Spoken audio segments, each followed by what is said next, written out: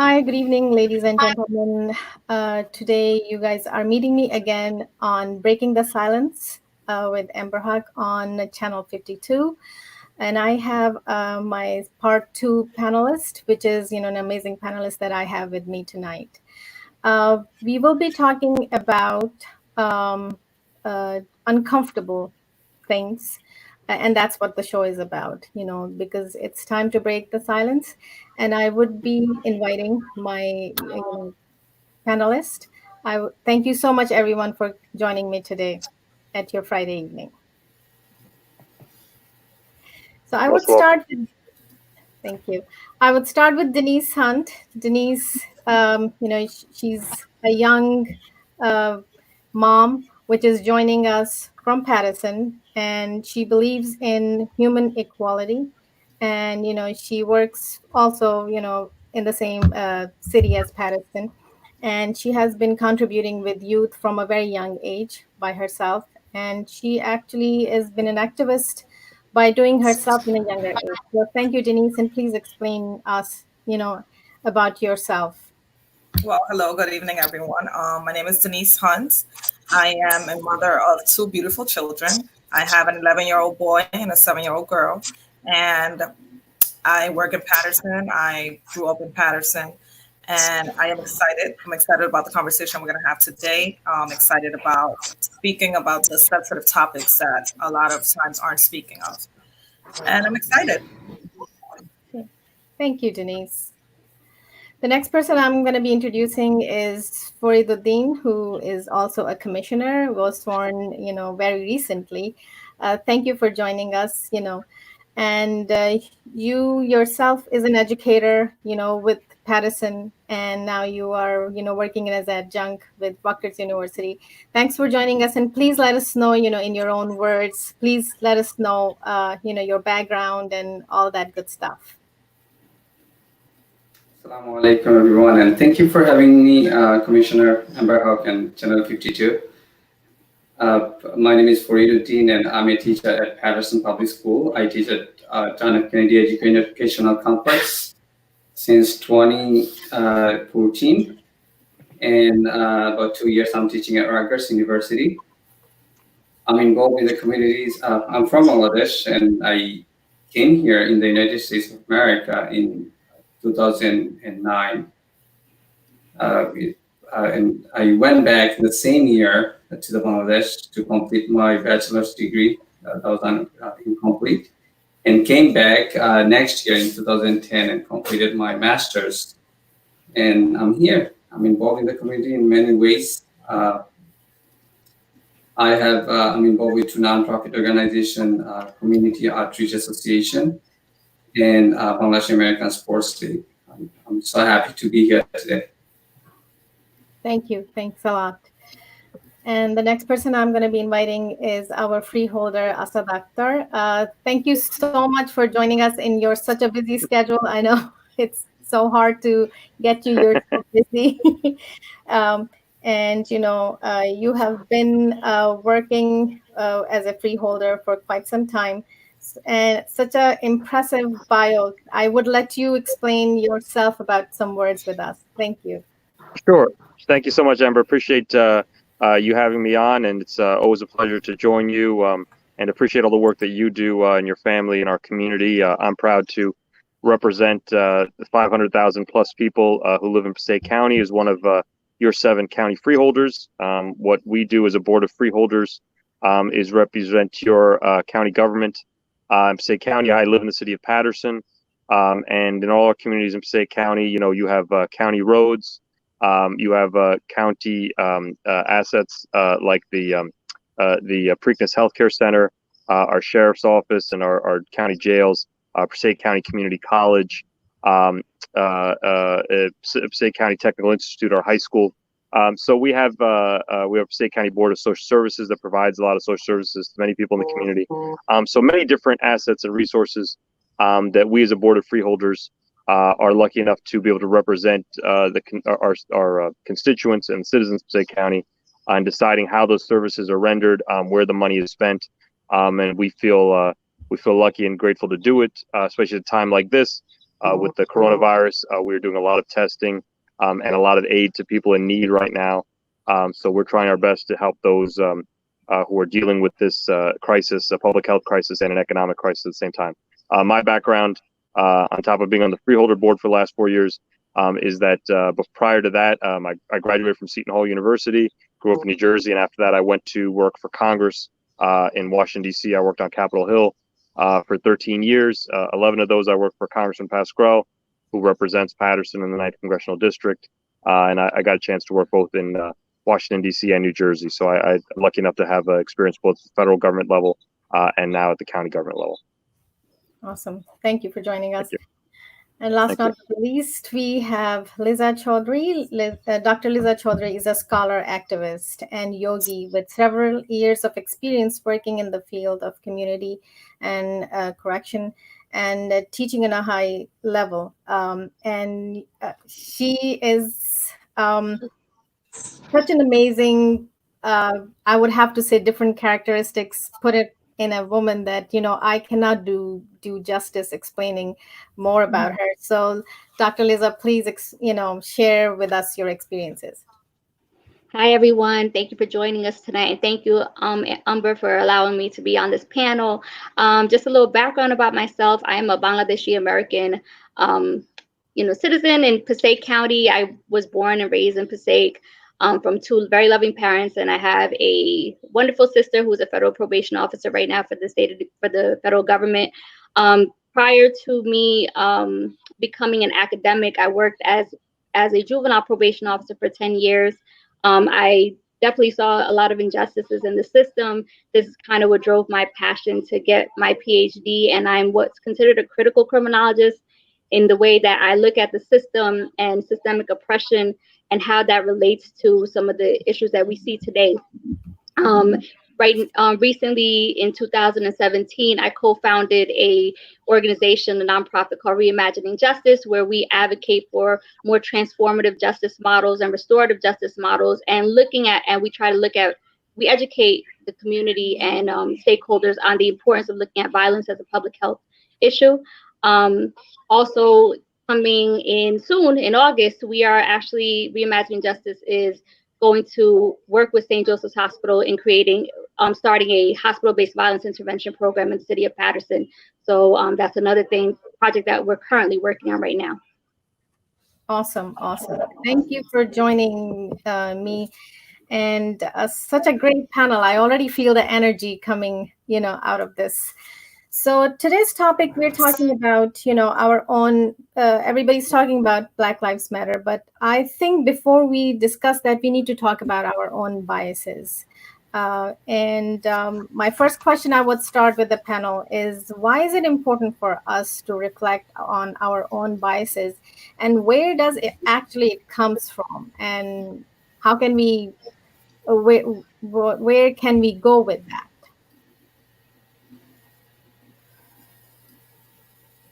Well, Amber, I'll take the first shot at that. I mean, I think it's I think it's just human nature that we reflect the experiences that we have personally. So it's very easy to have a myopic view and think that my experience is everybody else's experience, and then that's where people who are lucky enough to have a certain amount of privilege, and I would count myself as one of those people, even though I'm a person of color. We all have a certain level of privilege and a certain level of burden, based on how we're born. We don't choose how we're born, in terms of race, in terms of religion, in terms of what kind of economic status we're born in. So what you're born in, what you're raised in, unfortunately, it's just human nature that it's hard for you to think that other people may have a very different experience, even if you live in the same community, certainly in the same country as large as ours. People have very different experiences, but it's just human nature, unfortunately, that people sometimes, it's hard to think outside of your own personal experience.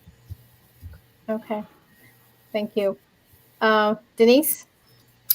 I agree with him totally. Sometimes it's hard, sometimes when you grow up seeing certain things or experiencing certain things, you tend to react to things differently. For example, if you see me, you think I'm just an African-American girl, you would never imagine I'm Hispanic and that I have French and all these types of different different differences in my background. So sometimes when someone sees a certain type of person, they approach up differently, you know. And you're always on edge. I feel like sometimes, no matter where we go or what we do, your first encounter with another human being, you're always thinking about the things that have happened before or the way that that person is viewing you. It, like he said, is just human nature. Unfortunately, until you get going and actually interacting with that person, your barrier is still up. You know, I don't know if I'm explaining myself well, but we as immigrants and as people of color, our shield is already up because we're already scared. We're already, you know, we already put ourselves under attack before we're even attempted to be attacked. If you understand it that way, you know. So as people of color, it's always there. That's how we grew up. That's what we see, even in our own culture. You know, in my family, we have all types of shades and colors. Like I said, we're a mixture, and you still experience some type of racism, even from your family. Sometimes certain comments that they may not understand affect you, really do end up affecting you. I mean, it happened to me with my grandmother. My mom was. She was white, you know, she was light skinned. I looked just like my mom, my features, but my skin color, my hair, everything, it's different. So when I was little, I would always look at her and think, you know, well, why am I different? You know, why am I different? So my grandmother treated me a certain way. And in my head, I always thought, well, she treats me that way because I'm darker. You know, I never know if it was for another reason, but in my head, just because of whatever I've experienced or I've seen my friends experience, I think that it's because of my skin color. So like he said, it's all how you grew up and the experiences you've encountered. Yeah, I actually agree with you, and I see this similarity, even, you know, from your culture to ours. You know, the preference towards the lighter skin, and, you know, even when people are looking for brides for, they would always say that, you know, somebody who's more in a lighter complexion, and then there's ads towards, you know, making your skin look more lighter and whiter. And as you said, that you always thought that your grandmother is treating you for certain reason because of that, because you were just a kid. There was nothing involved in that. So certain things are not said and understood in behaviorally because it's been happening for many, many generations. Yeah, and sometimes little things that people say, they don't know that affects children in the long run. You know, you grow up with these biases and you have to deal with them throughout your entire life.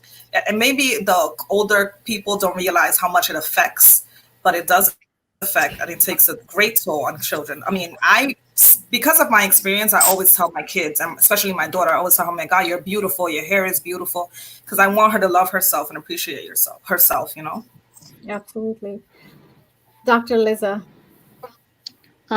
So for me, I think that I often have reflective moments for myself because there's these systems of oppression that have been created to put certain people in power and then certain people stagnant, right? And how do I benefit from it? And I, you know, that term model minority often comes in my mind because, you know, when you have that lived experience, you know, I grew up in Passaic, my parents are working class parents, they worked in the factory and all those kind of things, right? So sometimes it's hard, you know, when I was growing up, I saw the same type of oppression that other people of color in my neighborhood did, right? Because we were all poor. Like, there was no real difference, right? But then as I've gotten older and understanding, wait a minute, but my life experience has been different, right? Because the systems that, you know, when we think about Black Americans and, you know, how they built this country and the fact that we're still in 2020 talking about, you know, Black Lives Matter, even though they are the you know, backbone of this country, you know what I mean? How did I benefit from that, right? And what do I have to unlearn to be a better advocate for my Black brothers and sisters, right? Because I know that if they don't have rights, then will I ever truly have rights? And the thing about South Asians, I think that, you know, we think about the oppression in our country, especially as a Bangladeshi person, right? I just came back from Bangladesh in January. My family, you know, like my relatives over there, you know, they admire us for being here, me being a woman, being educated, and I understand all of those you know, benefits that I have being in this country. But at the same time, I also know the limitations, you know, that, you know, people of color feel in this country, right? Because there's a certain level. And then when you try to surpass that level, you know, there's certain ceilings. I've had to face that in the professional world, even working in higher education, I've seen that. And, you know, I think that as we, you know, I'm often reflective, and if I am going to be really an advocate for, you know, Black Lives Matter or equity and equality, then I have to think about how I benefit from the system. You guys mentioned colorism. You know, I'm considered someone that's light skinned in the Bangladeshi culture. You know, I never thought about that, right? Because all my life of growing up around Latinos, I was called, you know, the endearing terms to talk about how I look more Taino Indian. You know what I mean? So, but in our culture, and I'm considered light. It's so interesting, right? Reflective of our cultures, right? But you know, just having those different reflective moments and understanding, you know, race and how it relates to us. I think, especially being Bangladeshi, because we're the same ethnicity, right? That racial part isn't in it. But recently, I watched a special about the Sindhi people. I never even knew that people from the African diaspora lived in Pakistan and India, and they're still discriminated against, you know, in our countries, and we don't even speak about that. We don't even talk about the caste system, you know, and how that affects us, you know, in our cultures. So I think that, you know, recently in these conversations about Black Lives Matter, I've also, you know, thought about how that colonialistic mindset affects all of us, right? Not just, you know, in this country, it's global, right? And the impact that, you know, colonialism left all of us as people of color, right? And how it's used to divide all of us. So that's just some of the unlearning that I'm trying to do as I, you know, try to become a better advocate for the young people I work with. Okay, thank you. Absolutely. Fariduddin. So right now, racism is a hot topic not only in the United States but everywhere in the world. After George Floyd's tragic death, sparked everywhere, not in the United States but in the South Asia. People aware of it through social media and other means.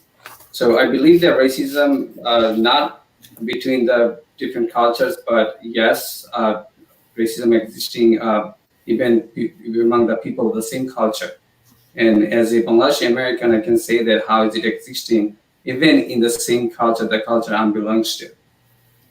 So think about. Let me take you back to Bangladesh or the people living here in the United States from Bangladesh. We are still suffering from the same issues among us, because we sometimes it depends on where are you from, what part of Bangladesh you are from. The geographical representation matter. Sometimes there are also discrimination based on your geographical representation. Skin color, you say, well, we all are brown. In a ways we say that, but think about we are spending billions of dollars to lighten our skin, right? Think about Asian market, like they're producing lightening items to make you you make your skin lighter, and people are paying attention to that. They are thinking that if they can lighten their skin, their social status or social class would be higher than the others. It's really existing even in the group of the same cultural group. And here in the United States, what's going on right now, we can see the racism among different culture and ethnic discrimination. It's not only individual racism, but it's a systematic racism. What should end? And we all need to believe that no culture is a jewel for the crown. We have to understand that part. Yeah, I think it's everywhere, no matter where you live. Pakistan, Bangladesh, Indian. Whichever areas you are. Sometimes I think it's here, and people would consider, oh, you live in Patterson, so Patterson has a different kind of quotation towards it than if you're living in Wayne. So there are things linked into that, depending because which economical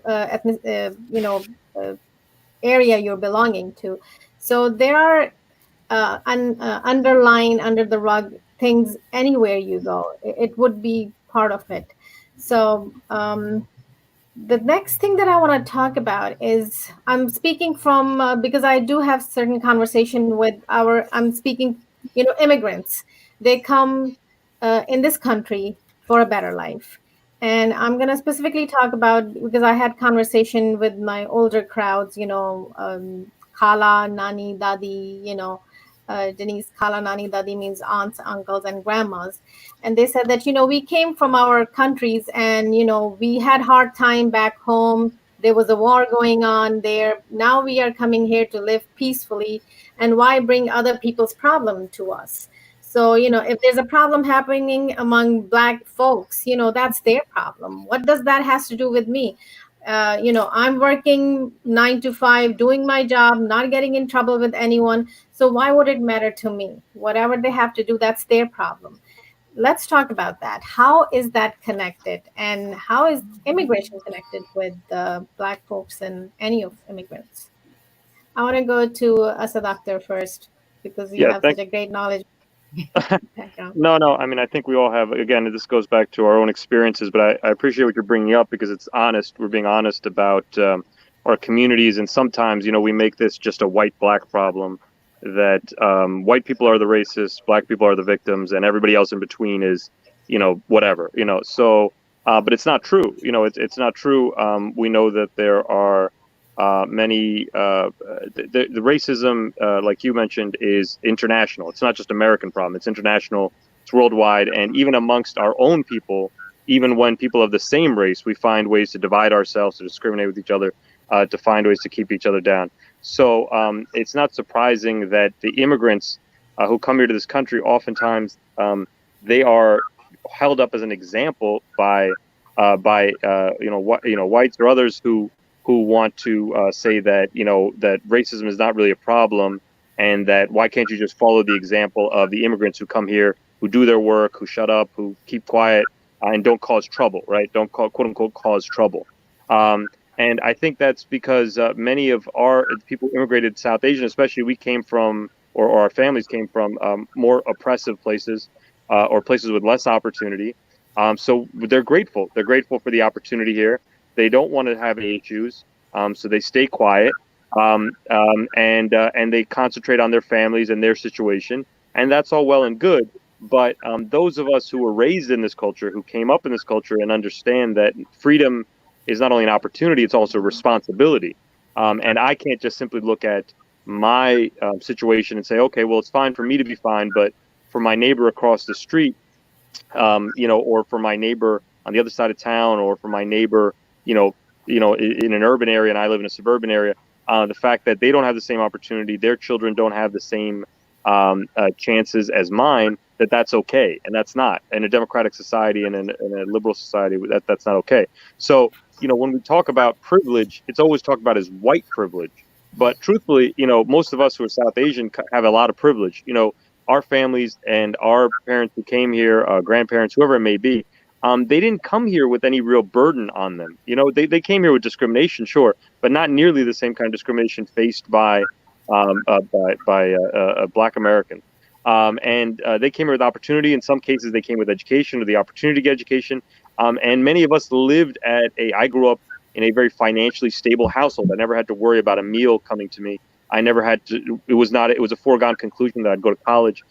These are things that were disinherited from the Black community because they didn't immigrate here. I mean, we forget that. They were not immigrated here. They were brought in slavery, and slavery is not something that just happened like it was like a hate crime and it happened and it was over. After slavery happened, no compensation, zero was given to the Black community. So as a whole class, as an entire community, imagine if every single South Asian came to this country with nothing, no money, no support, no education, no nothing, and was just dropped in this country and said, well, here, why don't you succeed? On top of which are layers of discrimination, on top of which are brutality and other hate crimes, et cetera, et cetera. But you have nothing. You have no wealth. You have no inheritance. You have nothing. And why don't you make some success with that? Our community would not be successful if that was the case. We did not come here, even though we talk about my father came here $10. My father also came with family support, with other things, with an education. So we, no doubt that our community had to struggle, but it is not at all analogous to the Black experience in this country. And that's something we can't forget. Absolutely. Denise, you want to say? Definitely, you couldn't have said it any better. I believe that me myself, as my parents migrated here from the Dominican Republic, and they, they had support. They had a family that supported them. They worked hard. They had their business. It was a whole different setup because I was once told by someone, and I didn't really understand what he told me. He told me, yeah, you're considered black and you are discriminated against on, but you don't know what it is to not have a home. You go back to your home. You know that you go back to your country and it's your home. So when he told me that, I comprehended so many things. They were brought here, they were dropped here, and they had to stay here and deal with whatever cards were handed to them. They didn't have the chance that we do. Not even the fact that we have a different language and that we have a homeland makes a big difference. Big difference. So it's something that we don't realize sometimes. The privilege, we do have some type of privilege. We do come with a little bit more than what they have to work with at the moment. Dr. Liza. Okay, so I heard everything that everybody said, but I want to bring it back to, there were laws that were created, right? That I think that we have to go back to even understanding Asian immigration in this country, right? If you look at the 1923 case of United States versus Bhagat Singh Thind, right? This government actually said that you could not be a citizen if you were not white. And I think that case was very landmark because this was a South Asian man who, fought for the military here. He tried to gain his citizenship. And at that point, he said, biologically, I am Caucasian. He tried to use that case of saying, biologically, I am Caucasian. And at that time, the Supreme Court said, technically, no, you're not. Yes, biologically, you may be, but your skin color says different, right?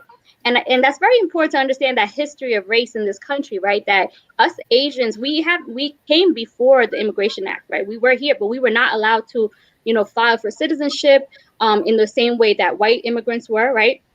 And the only reason that we were able to get some of the rights that we have today is because of the civil rights movement, is because of Black leaders, it's because they did not leave us out of their movement. If anything, we should have continued to fight for them, and we should continue to support them because at that time, if you think about the 1960s, all these different, equity and equitable type of policies that came out, it's not like Black Americans said, hey, you know what, we're not going to fight for our fellow immigrant brothers and sisters. They didn't say that, right? In 1965, the Immigration and Naturalization Act is the only reason why we see such an influx of Asians coming to this country, Africans coming to this country, Latin Americans coming to the country. That act allowed for that, and it allowed for us to get naturalized because there was a point where we could not be naturalized citizens, and it was based literally on the complexion of our skin. Absolutely. So, when our family members say things like that, I often, I just bring it back to the facts, right? That first, when we talk about who gets the visas in the early, when we talk about after the Immigration Act, in the 70s and 80s, you had skilled laborers that came here, right? Because the United States allowed for visas to be provided to, educated folks, right? So when you talk about who came here in the early 70s, these were educated folks that had some level of social capital. So of course they weren't going to fail, right? But when you talk about a system of oppression that was created in this country since slavery, since 1619, when we can't just stop all of a sudden when slavery was abolished, everything was fine, right? You're talking about slavery was abolished, then it was redlining. There was the Reconstruction era where the police were literally leading some of these lynch mobs. Then you talk about the 1960s, right, with the civil rights movement, right? And we're talking about the 70s and 80s and the war on drugs and the war on crime, where we now have 5 million people currently incarcerated, unfortunately African American, right? And then now we're talking about 9/11 and the militarization of police, and why we have so many no-knock raids, and why do police walk around, with all the SWAT gear, and how they're disproportionately impacting Black communities with these no-knock raids, right? And then now we're leading to 2020, where we're talking about George Floyd. This did not happen in a vacuum, right? And also understand this: Bangladeshis have been in this country for a long time, and guess what? They were not allowed to live in white communities. Guess who gave them shelter? Black and Latino communities. If you look at the history of Harlem, right, they would jump ships in the 1920s, but they weren't allowed to be in this country. So what would they do? They would try to infiltrate into, and Black and Latino communities, allow them to, live within them, within their community. So if we are to turn our backs on our Black brothers and sisters now, just because we're comfortable, understand that when, we're seeing it now under Trump's administration, right? This idea of, dehumanizing people when we talk about Latino immigrants and Mexican immigrants, right? What's to say that the next person is not going to be Asian immigrants? You know, we're already seeing that. So a little, you know, what do they say? A little bit of injustice, like injustice anywhere, you know, is, you know, the lack of justice everywhere, right? Martin Luther King said that. And it's really important for us to understand that. And you touch a very good topic, that is one, the naturalization. You know that if you sometimes in some cases with certain crimes, they can actually take that away and send you back to your country. So the racism is still there. It's still going on. You know, they take your money, they let you become a citizen, but something goes wrong and they're quick to send you back. And even in deportation, if you look at the stats, there is disproportionately Black immigrants that are being affected by deportation right now too. So I think that's important to understand. Even when we talk about immigrant communities, Black Lives Matter still matters when we talk about race and immigration in this country right now. Yeah, absolutely. It's such an important point that you brought it up, Dr. Liza. Farid, what's your intake on that? I always hear the argument that why everyone is talking about Black Lives Matter, why not all lives matter? But we all should understand that what Dr. Chaudhary just said, the fact that why we are talking about Black Lives Matter, we should understand that Blacks, you know, until the Black lives matter and no lives matter. We have to believe that, because the fact that Dr. Chaudhary mentioned that from the history that how the immigrants got support from the Blacks, African Americans. We have to know that they are here. They are not immigrated from the other countries, but they are often victim and discriminated. So if they got support structurally, which we are talking about, not individual racism, we are talking about much more structural racism. Which structural racism is not just one individual person doing that, but the whole institution. And you know, it is creating more individual racism. It was in the past of America's history, you know, and unfortunately, it is our present. And we all need to know that if Black Lives Matter, and if we go for talking about equality, then we can understand that the immigrants from the different countries is going to be on the same route. We are all hoping for an American dream where we all are equal. When you said that we came here from Bangladesh with an American dream, it does not mean that we came here for a high wage, for making money or driving motor cars, but a fuller a ordered society where everyone is equal and we can live our life happily. So we all need to understand that when we're saying Black Lives Matter, it does not mean we are excluding brown lives or other lives. Okay, thank you. I'm getting a question here from, the question is, how can a non-African American do their part to contribute? I believe unity. I believe all of us standing together, all of us working with one another, helping one another. When there's rallies, when there's peaceful rallies, when there's certain community meetings, when there's help needed for our family that is going through a certain circumstance, especially now with COVID, you know, I think unity is number one in order for us to be able to help the movement. Okay.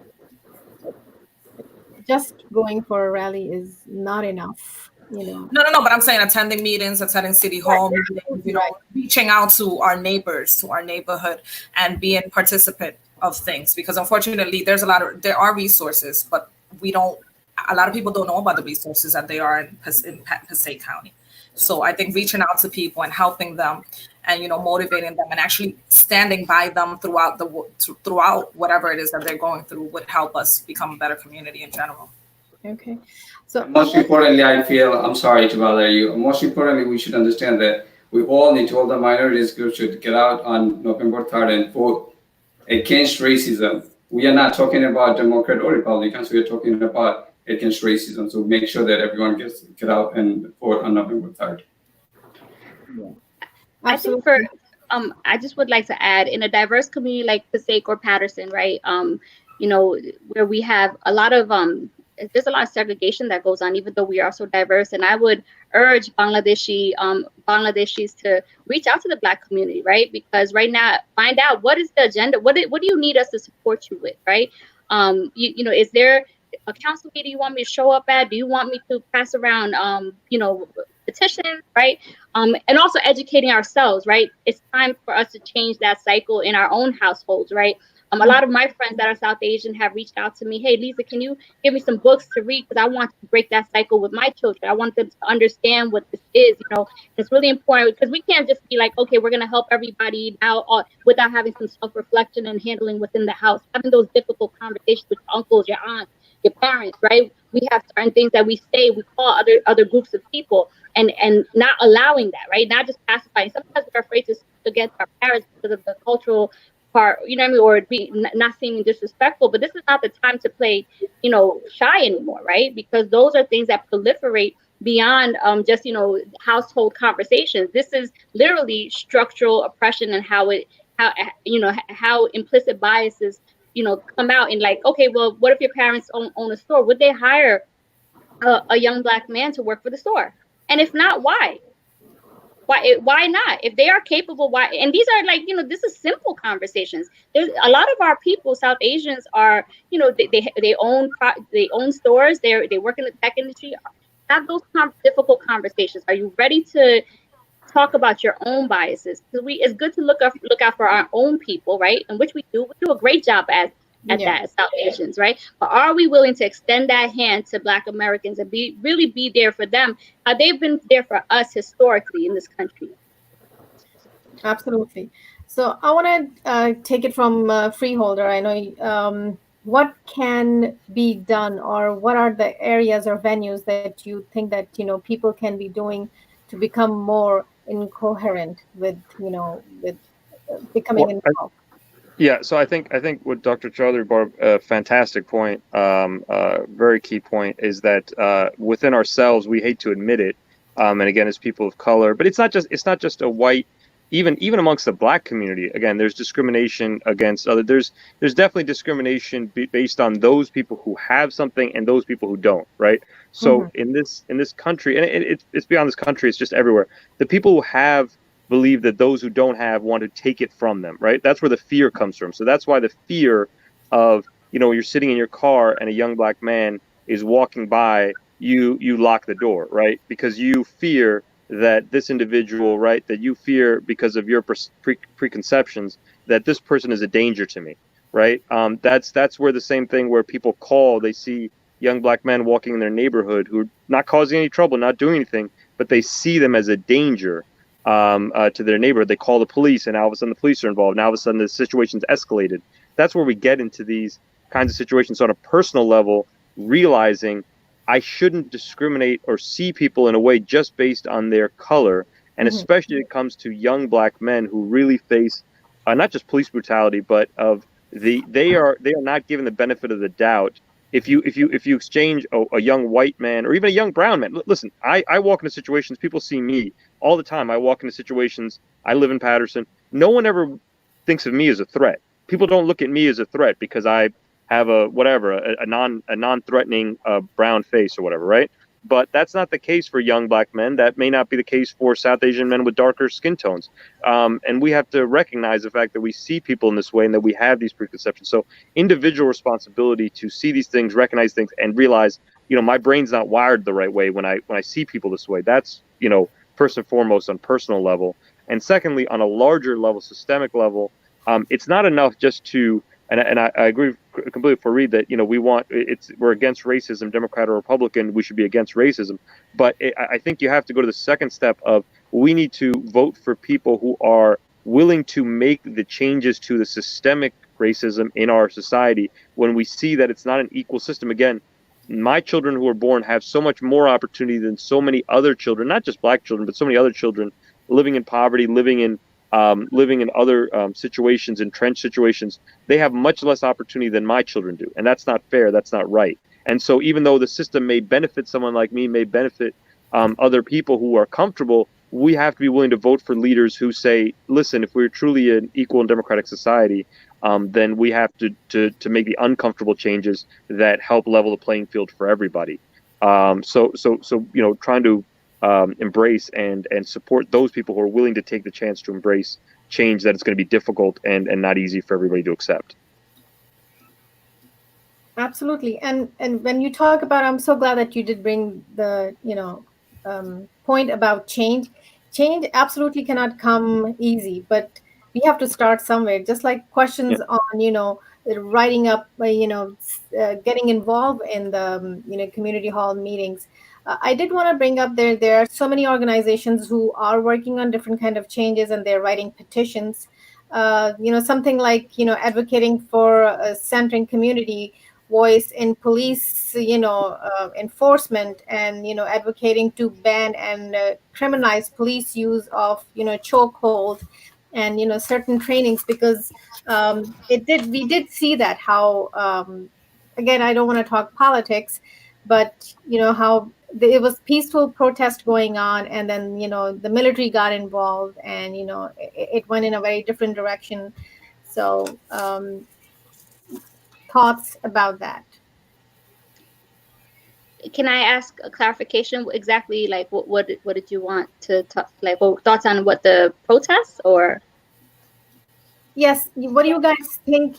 Because I have seen a couple of petitions going around on avoiding to ban the criminalized police use of chokehold, and getting more trained counselors in the schools, which is my concern also as a parent. We don't need more police; we need more counselors in the schools.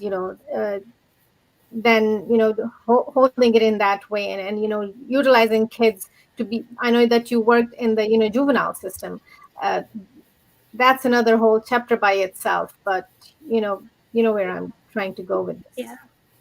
Well, one of my main focuses is breaking the school to prison pipeline. Schools are usually the entry point for a lot of students, predominantly students of color, that, Black boys and girls, and how they end up, because of certain little small incidents, that if it happened anywhere else, if it was a suburb and it was a white student, they would not be referred to the court system for things like having an attitude or having a bag of marijuana in school, things like that. So I understand what you mean by that. As far as having having officers in the school, and plus that exposure to law enforcement so early on, right? This idea that you need police to deal with regular childlike problems, right, in certain neighborhoods. Because once again, it's really important to understand this when we talk about equity and equality.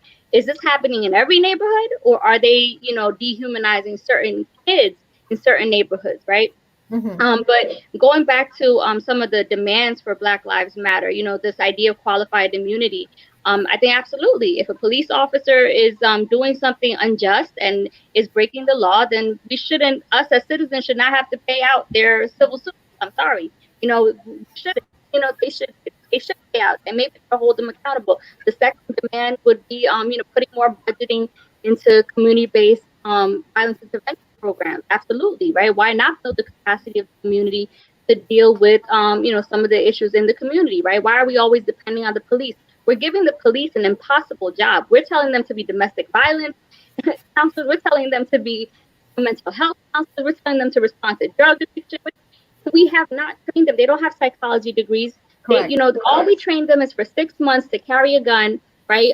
Do tactical force and know the 2C code, right? And then they get whatever other training they get on the job. How can we expect them to solve social problems? You know what I mean? The way we do. And we spend an enormous amount of money, on that. And if we're talking about, do communities that have, because right now everybody's going to say, oh, well, there's violence, and we're talking about defunding police. Well, the same communities that had a lot of violence always have violence and always had a lot of police. So maybe it's time to do something different, right? That's just common sense. If your budget is 70% for a city budget is going towards police, and you still have high violent rates of violence, and they never really went anywhere, then how effective is that? Maybe it's time to think about innovative solutions and looking at the root causes of why these things happen.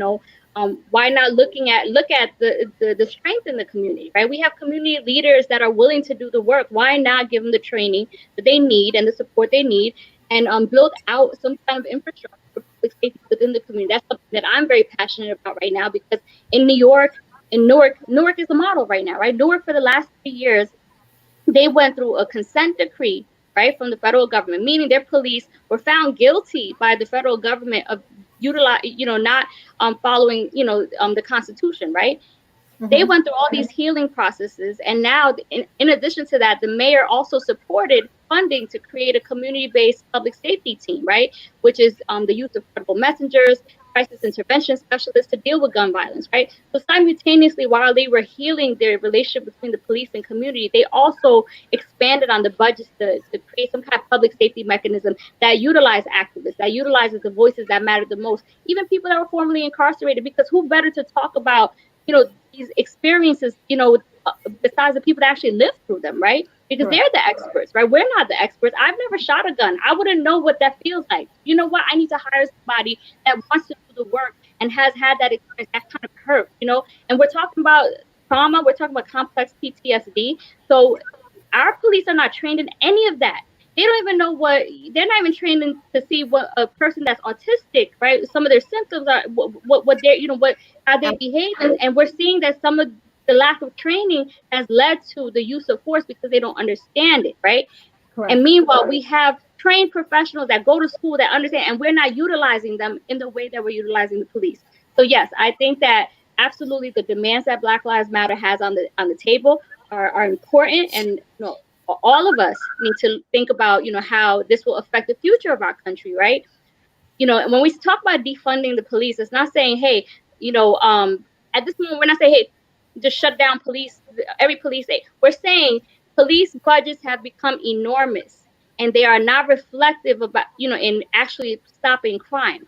How about let's invest instead in human potential? Let's invest in these mechanisms that actually create public safety, like economic opportunities, like recreation, like mental health, like public safety community based program.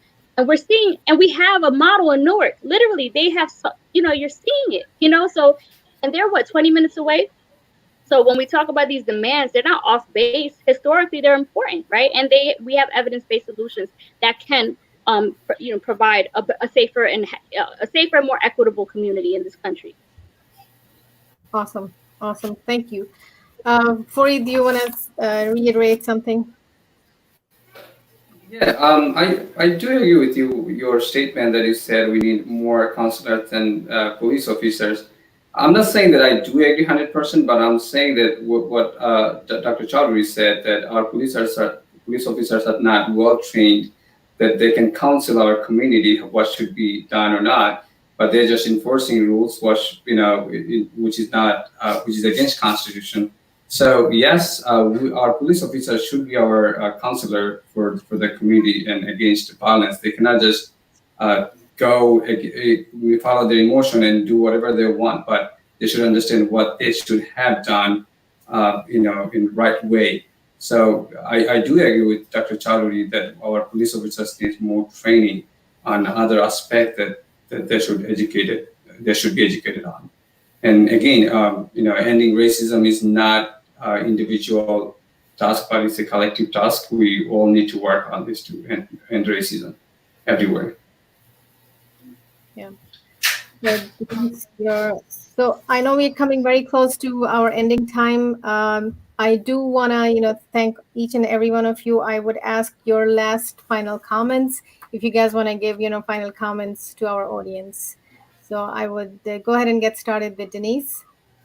Okay, I would say what Lisa said earlier is very important, how we should educate our elderly.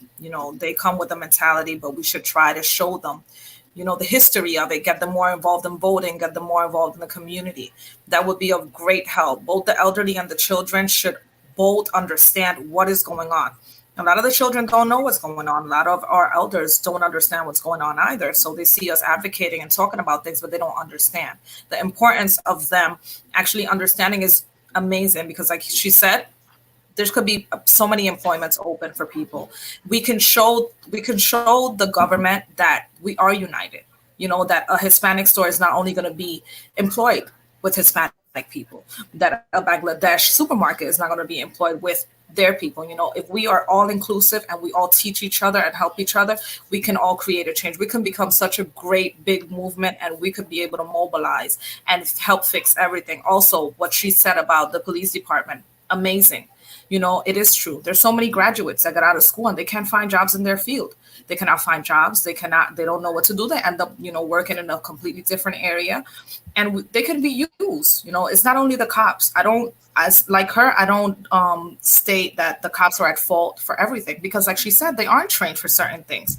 They aren't trained to deal with mental health. They aren't trained to deal with a lot of issues that they are handed to on a daily basis, and with the amount of stress that they have on themselves. I'm not justifying their actions, but they do need help. And all of her suggestions were definitely hands-on. It's something that we should all think about uniting, setting a platform where we can all get together and interchange ideas as to how we can help the Black community and the brown community. So basically, I stand, where I started. Unity is the key. I believe that we can all learn something valuable from each other, and that if we all work together, we can create a change. Thank you. Thank you. Such a beautiful message. I would ask, Freeholder, us doctor, if you can, give your final messages to our audience. Sure. Well, thank you so much again, Amber, for having us all on. And this was a very well balanced panel and some great perspectives. And I think that the message is just, this is not a simple, there are times where there's relatively simple solutions or one thing we can do. This is not one of those topics. It's not something that's going to, I know that in this moment, some people feel really engaged. Some people feel, really afraid or really angry, whatever it may be. This moment's going to pass, but this problem is not. And if you're concerned about your country, if you care about your country, if you care about your fellow Americans, it's something you have to stay engaged in. And we talk about this as a white and Black problem, but it's not a white and Black problem in terms of it's not just white people's problem and Black people's problem. It's all our problems. And it's also not a white-Black problem in that it's not a simple, hey, this is right and this is wrong. There's a lot of gray area here that in terms of how to deal with this issue. And it's not simple. And none of us, even those who are informed and these are educated and those who have worked in these areas, none of us have the answers, quote unquote, right away. Some of them might be right. Some of them might not turn out to be right. But the point of all this is not to be frustrated or defensive, to say, hey, I'm not part of the problem, so leave me alone. The problem is to be constructive and be in the long-term discussion and conversation about how do we resolve this, because it's important not only for our neighbors and for our fellow Americans, but for us and the country that we give to the future generations. Absolutely. Thank you. Fourie, I'm going to come to you for the last messages. We all need a democratic understanding of culture and race and respectful of differences, so that no single group can believe that they are better than others. We should affirm diversity, and this is our American dream. Thank you. Dr. Liza, please. I guess I would end with making sure that when we talk about Black Lives Matter, you understand your, you understand your voice and your experiences. Do as much educating yourself as you can. Get involved. Everybody's lane is not always protesting. It can be, answering some of the calls for petitions. It can be just educating others. It can be so many different things. But the main thing I would say is that, we can't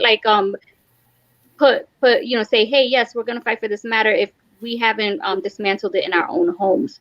So I would say, and I'm speaking to, Bangladeshi specifically, because that's, because I know that a lot of the viewers on this show are Bangladeshis. For us, we have to understand the role we play and how we can dismantle it, because honestly, I work with youth and I want a better world for them. And they want this. They all want this. It doesn't matter if they're Black, white, Latinos, they want this. They want a better future for themselves. They don't want to live in an oppressive country anymore. So as we think about a new world, and I always say reimagining, because my organization is called Reimagining Justice, right? What does reimagining justice really look like? Is it a better, safer society, more equitable society, more economically equal society? Is it a society that treats things with love instead of force? And these are all intrinsic conversations we have to have with each other. Absolutely right. And as New Jersey spent $300,000 to incarcerate each child in state for youth prison each year, so there's so much money is spending, going there, and we cannot just close our eyes and say that, these are not our kids. We are next. So, we are involved in this together, as Denise said.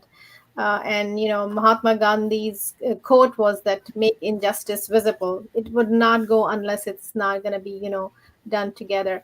So I really appreciate all of you guys giving your Friday evening with me. I know it's a difficult topic, but thank you so much for, be with me. And again, our viewers, the final message is that, breaking the silence is a difficult topic to talk about, but we cannot do any change in our society or in our community unless we start from our own homes. So, and we have to try it. We have to make that move from our homes, from our parents, from our society, and every small move does matter. And together we can make this change. So, with those final messages, thank you so much and have a good night. Thank you. Thank you.